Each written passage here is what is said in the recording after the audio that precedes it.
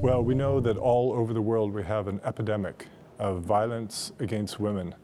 Sexual violence, physical violence, emotional abuse, trafficking of women into prostitution, murder.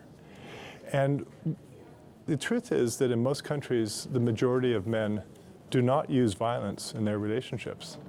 But the problem has been that the majority of men have been silent about this violence. And through our silence, we've allowed the violence to continue. So back in 1991, myself and two other men started a campaign called the White Ribbon Campaign. And the idea was quite simple. We wanted men to work alongside women to speak out against this violence. Not out of some sort of collective guilt or collective blame, but really collective love for the women in our lives. And so this campaign in Canada, where we started it, has spread, we think, to 80 or 90 countries. A lot of these campaigns are very small, some are bigger.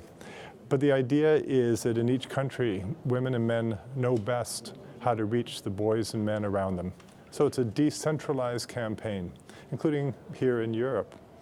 And so the idea is to develop forms of public education, programming, whether in the workplace, in the halls of governments, in our schools, to start a conversation about the problem of men's violence against women in all of its forms, and the importance of men speaking out.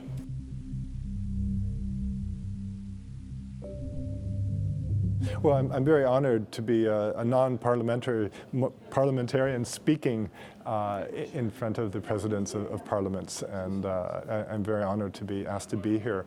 What I'll be speaking about today is the importance of men speaking out in support of women's rights, gender equality, ending sexual harassment, ending violence against women.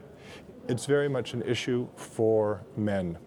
And that's true in different ways. First of all, it is men who have historically benefited from our patriarchal, our male-dominated societies. Men still are getting paid more. Men still are the majority of our political representatives and business leaders. Men still do less housework and childcare. So there's ways you could say men still benefit from the status quo. And so that makes it a men's issue. It is men who are committing the violence against women. Not all men, not most men, but some men. So it's a men's issue.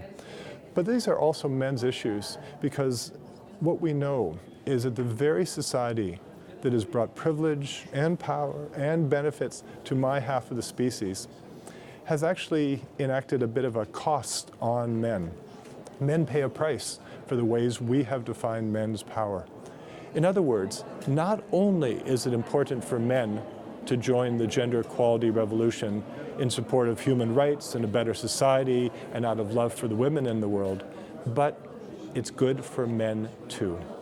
So I'll be talking about these themes today, and I hope that the parliamentarians here will say this is important to all of us. We've all got to do better, we've got to work harder.